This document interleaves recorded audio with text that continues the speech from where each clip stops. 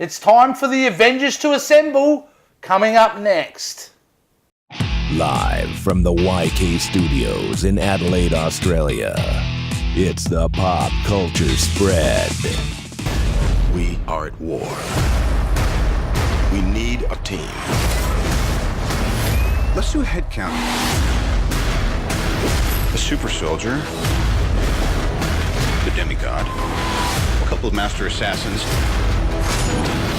and there's me. I have an army. We have a Hulk. Yeah. Rated PG-13 in theaters and IMAX 3D May 4th.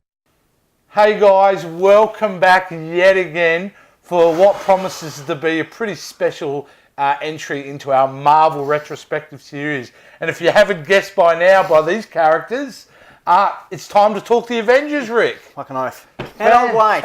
Fantastic. And before we start, special thank you for Rick for bringing his personal collection of Avengers along tonight. That's right, you're very welcome. Absolutely my pleasure. beautiful pieces. Absolutely beautiful. Well, in one of our upcoming shows, we're going to be talking about toys, and you'll get to hear us talk a bit deeper about some of Rick's fantastic collection. Definitely. But we're not here to talk about toys. We're here to talk about this Avengers. Oh my, Rick. All I can remember before seeing this film, it was like I was a kid again. It was coming up to a new Star Wars film or something. I was out of my mind with excitement. I really was, you know. A 38-year-old man at that time running around going, Avengers, Avengers, Avengers.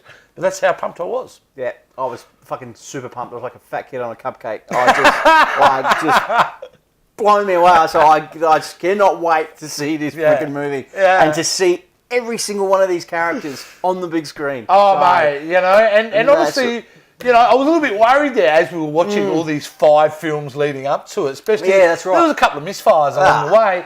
But ideally, mate, Captain America, the First Avenger, I really enjoyed, as you would have seen, hopefully, if you've been watching our retrospective series. But this, mate, how are they going to do this, Rick? How are they going to get all these characters and service them all correctly in a plot that's cohesive, yet entertaining? And how they all going to gel together. They've all been in single movies. How they all going to gel and work together. So. And actually, you know, very interesting. Back then in 2012, Australia was very lucky because we actually got to one of the first countries that got to see the Avengers. Yes. Yeah, which was a really unusual thing. So normally we actually got to see it about 2 weeks before America, if I remember correctly. So, you know, before we start delving into this film, I think it's probably time to talk the synopsis. All right. Earth's mightiest heroes must come together and learn to fight as a team if they are to stop the mischievous Loki and his alien army from enslaving humanity. And that's it in a nutshell. That's it, yeah. I think that's all you need to know about the Avengers. That's all you need to know about it. That's right. Absolutely. That's right. Now, who was in the Avengers? Woo! Well, I think I'm going to run out of breath here, but here we go. Robert Downey Jr., of course, is back as Tony Stark. We have Chris Evans returning as Steve Rogers, Captain America. Mark Ruffalo replaces Edward Norton, playing Bruce Banner and, of course, the Hulk. Chris Hemsworth is back again as Thor. Scarlett Johansson is back again as Black Widow. We have Jeremy Renner, who we didn't mention in Thor, who had a small cameo. That's right. But is here as Clint Barton, a la Hawkeye. We have Tom Hiddleston reprising his role as Loki. Clark Gregg returns, playing Agent Phil Coulson. Kobe Smulders, Agent Maria Hill. What was that show that she was on? How I Met Your Mother. Yes, the 2000s version of Friends. Stellan Skarsgård, back as Dr. Selvig. Samuel Jackson returning again as Nick Fury. Gwyneth Paltrow gets a little bit to play here as Pepper Potts. And Paul Bettany, again, is the voice of Jarvis. Absolutely fantastic. Oh, really, that cast blew me away to think you could have that caliber of actors performing together in this film, you know. Absolutely just phenomenal. And, mate, from the get-go, this film is straight into it, mate. Mate, he just gets straight into it, doesn't it? That's it. Like, that's it. Mate, you blink and the bad guy's there. Yeah. And he's ready to rock and roll. He's in it. Absolutely. I was just absolutely gobsmacked and how quickly this film just gets into it. Yeah. Yeah, and that's what's so great about it. You know, you don't have to worry about any of the plot lines behind all the characters because you know all the characters. So they just get straight into the action. So much like a TV serial. Yeah. That, you know, like a Netflix show, as you're watching each episode. Yeah. This is the biggest budget Netflix show you would ever want to get. You know, absolutely. And, mate, everybody's on song here. Yeah.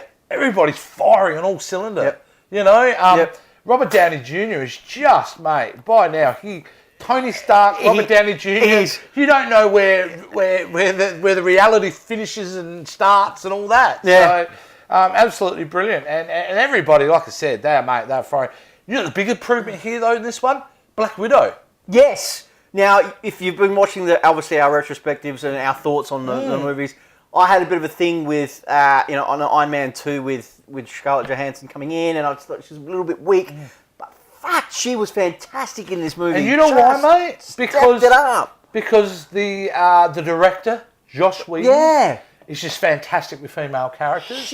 Obviously making shows like Buffy and Dollhouse and things like that. He has affinity with strong female characters who, originally, when he wrote the script, it was actually the Wasp. He wrote an Avengers script that included the Wasp. But Marvel didn't want to introduce the Wasp because they haven't done Ant-Man yet. Yep. So he decided to obviously bring back Natasha Romanoff and make her part of the inaugural Avengers team. Which was absolutely fantastic. She was fantastic. Loved her performance in it. Yeah, and I want to I've got to sit on Joss Whedon here because this film, mate, it's a phenomenal film. It is up there. It's probably the one or two best superhero films of all time. Hands down. And, you know, it comes down to the way he handled this material and the way he was able to make a cohesive plot, which is something that could have been so messy. And everything happens in this film for me organically. I know that's a strange term to say when it's such a fantastical concept and plot. But it doesn't feel like things are just thrown in there for the sake of throwing in there. No. Everything makes sense, you know? And Joss Whedon's that guy, you know? And he said his influence for this film really came from the early 1960s Avenger comics, you know? That, you know, that real old Jack Kirby kind of influence. So it's absolutely fantastic, you know? Mate, I can go on this film for hours. I love this film. Give me some of your highlights, Rick. Give me some of your favourite bits of this film. Well, no, obviously, if you guys know who watching the videos and who massive Hulk fan, and coming off of hearing that Mark Ruffalo was going to be Bruce Banner, I was thinking, let's see the direction of how they're going to go with the Hulk. And I just lost my freaking mind when he came out and he was kicking ass. What an opening scene for him too. Yeah. When Black Widow has to go and get him. Mate, on the ship. They were they were at the beginning. Village. Oh, the Indian with the little girl and runs up. They had that real where he screams at her and stuff. Yeah. Full on. Yeah, and great casting. I just think Ruffalo is awesome as the Hulk and as Bruce Banner. I've got to be honest with you, man. I've seen a lot of Ruffalo's work. And I was a big fan of him, especially from, oh my God, I've gone blank. It's a film by David Fincher and the Zodiac. That's the film. And he was with Robert Downey Jr. in that film, Zodiac. And he was phenomenal. And he's always been the great thing about Mark Ruffalo is when he gives you line deliveries, it's not what you expect. And I know that's made you think, what the hell is he talking about? But he'll always give you something that you wouldn't expect for the character, but it seems so natural. And the way he's embraced Bruce Banner, and the way that he made him kind of a bit of out of shape, kind of a bit sullen, kind of awkward, socially awkward character, was so perfect. You know? And this is the first Hulk that actually has hair on his chest as the Hulk. As the Hulk. Nerdy Hulk trivia there, but I loved the way he looked. Loved everything about it. That was like one of my obviously bigger highlights out of it. But I just like the whole the way they all gel, and it's actually really good comic lines. Well, I actually amongst everyone. I want to touch when you talk about the relationships that these guys have with each other. I love how Tony Stark and Bruce Banner bond over science. Yeah, they become friends because they both have an interest in science. Yeah. You know, you go, I want you to come up and play with my toys, type of thing. Yeah. You know, I love the relationship between Hawkeye and Black Widow, which we didn't know they have. They have a history together. Yeah, they do. And they care about each other. I also really like the relationship with Tony Stark and Captain America. Yeah. Like how they were like opposites, but they worked together quite well. And then you got Thor. And you got Thor, who honestly, it's the best version of Thor I've seen so far. I know. I know. At this point, okay, with the Thor being obviously lots of other films as we go forward, but at this point in the Avengers, he was great. It was great. It was really great. And who I think was an unbelievable improvement from last time we saw him was Loki. Loki, yeah. They got his character right, Rick. Yeah. They got it right. You know, before he's a bit of a snivelling kind of, mischievous kind of thing like that. No, man, he really pops here. He actually is quite scary in a way, you know. And I mean, you buy him as the big bad villain, you know. And he's got some fantastic lines in this film. He has. Yeah, he's just so epic, you know, and I love it, you know. Well, we did have a sneak peek of someone else that was in the Avengers, a big baddie as well. We just saw a little brief. Right at the end, we can obviously. Well, actually, no, in the beginning as well. He has that. Loki has that sequence, a dream sequence, and then he goes. The other, isn't it? The Shatari leader. Yeah, but then who's Yes. It is. It's just the other at that point. That's what right. Rick is referring to. I'm thinking of it. What Rick is referring to, and we might as well say it out, is the release of after credit scene of Thanos, the Mad Titan. Yeah. Which is, this film didn't even have to have that. No. It was just so great. And you mentioned the comedy too, Rick. I mean, like, the comedy's really good. There are parts of this film where I'm just belly laughing. I laughed, but they were well timed. Like Chris Evans timed it really well. Like he was going about, be careful what you say about Loki. He's my brother. And then they turn around and say, well, he's killed X amount of people, and it's like he's adopted. Like that's the way that he delivers they the do pop lines, culture references with Captain America, and they mention a Wizard of Oz joke and goes, I get that one. They all flow really well. No, absolutely. Really, the chemistry between them all. I like Nick Fury being that guy that actually brings them together. Which is really good. And we get our first peek in this film, which does follow on to other films of the Council, which is a new element, because before the other films we thought Nick Fury was the guy. But like everyone in life, he's got someone to answer to as well. That's right. And we get to see a sneak peek with them, and he's got to battle them. That's right. Oh, Hawkeye's wasn't exactly a sharpshooter this time. Look, mate, this film... And I will be giving it a high score. Oh, yeah. Does have a couple of things that bother me. I have to address them. Okay, number one, Captain America's suit. I do not like his suit in this film. Really? Okay. I don't. It's my least favourite suit out of all the Captain America designs. Why? What? I just didn't wrong like about the head all in one piece. It looked a bit too fabrically. Oh, so when he took off it was still hanging as a one piece. It just wasn't my thing. Okay. I wasn't very happy with that suit. Okay. And the other thing is Hawkeye. I mean, I've got to be honest with you. I liked him, but we didn't really get to spend any time with him as a hero in a lot of the film because he's under the control of Loki with the hokey Loki stick. The mind. Yeah. Yep, with the stick. The scepter. The scepter. The hokey Loki stick. The hokey Loki stick. Either way, and they're my only two kind of criticisms. Obviously, what's great though, and I don't want to spoil it for the sequel, that the problems I had with the lack of character development of Hawkeye are paid off very well in the sequel, which we will talk about. But with that minor nitpicks, I mean, getting to see them on the helicarrier, to see that actually on the screen. To see the actual invasion of the Shatari. Yeah. And mate, how they look, what they look like, and how they... Yeah. Your mind must have been blown when Mark Ruffalo goes, you want to know my secret? Oh!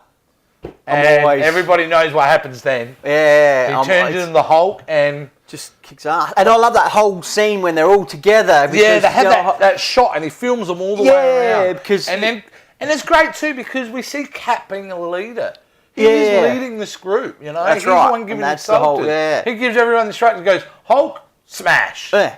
Which was great, and then you see him grin and then he goes and smash those does Chitauri his- against the wall. I love that It was scene. freaking insane. But I mean, like, I don't think there was anything as big, as fantastic, as so exciting as this film to that day as I've ever seen. And I am a dyed-in-the-wall Star Wars fan. Yes, you are. Dyed-in-the-wall Star Wars fan.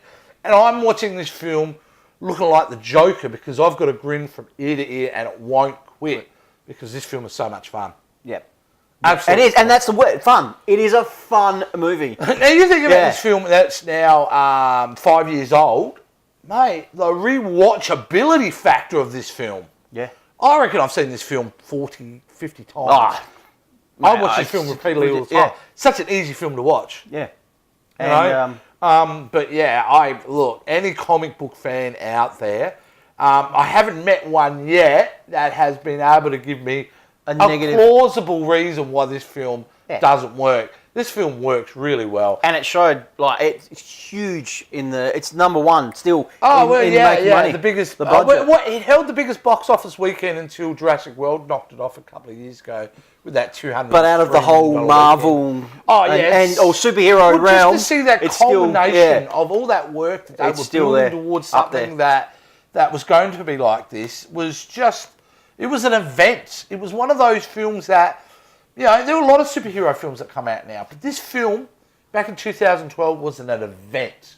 Everybody went and saw the event. everyone, yeah, that's right. You know, and everyone enjoyed it. I mean, like I said, if you didn't like it, you're probably within that class of just wanting to be anti. So, yeah, look, absolutely. We could just gush about ours for Rick, but at the end of the day, mate, I'm going to rate this right now. I've got to rate it. It's a 9.8 out of 10. I can't give it a 10, but I'll give it a 9.8 because, honestly, if I was 5 years old seeing this film, I could see that kids who were 5 seeing this film, young kids, this is going to be the film, like, I go back and talk about Star Wars as being that turning point in me loving films. Yeah. Avengers is that type of film. For them. For them, absolutely. Definitely. So it's a 9 out of 10 for me, mate. What do you think, Rick? 9 out of 10, jeez. 9.8 out of 10. 9.8. I'm going to have to be along the same lines as you, Jace. I fucking love this movie. Oh. I mean, like you said, we can talk about this all day, all Yeah. night, and you know, I have not met anyone who has said a bad thing about this movie. From day dot, as soon as we walked in that cinema, I was pumped, and I was more so pumped to see the Hulk back on the big screen. And it delivered. It Just handled so delivered. well. Everything was delivered well. I just love the whole characters, the chemistry with everyone. Everything. It was phenomenal. And for me, I'm going to say it's a 9.9. You know, not a 10, but yeah, I've watched this movie like You know, 1,000 some times. days, I'll be Love honest it. with you, it's between this and Dark Knight, which is my favourite comic book film. Yeah. But if I was to lean towards this, it's because this seems to be a true reflection of what was on the page, and they've been able to bring it up to the screen. Exactly, yeah. More so than sometimes the Dark Knight is a kind of a, you can see it's a director's spin on it.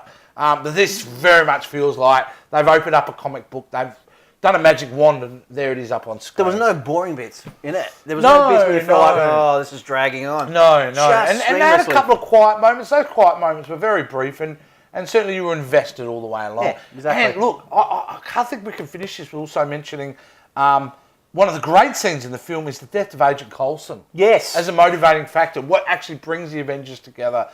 Really sad to see Agent Coulson die. He was the glue for all those films. So that was, but obviously anybody who watched Agents of S.H.I.E.L.D. knows that they dragged him up and which I all don't ties personally into the watch that whole show. But either way, we're not talking about that. Talking about Avengers. 9.8, 9.9. 9.9. We absolutely love this film. We're betting you two too. How do they talk to us about the epic that is the Avengers? So if you like what you saw on this video, subscribe to the channel. Also, comments below. Give us feedback. And also follow us all on our social media sites. Right. We've got everything updated all the time. So, yeah, check it out. Absolutely. Definitely. So we really, really appreciate your support, guys. So, what happens next after the Avengers? How do we move How do you on top from that? here, Rick? How do we Well, top it?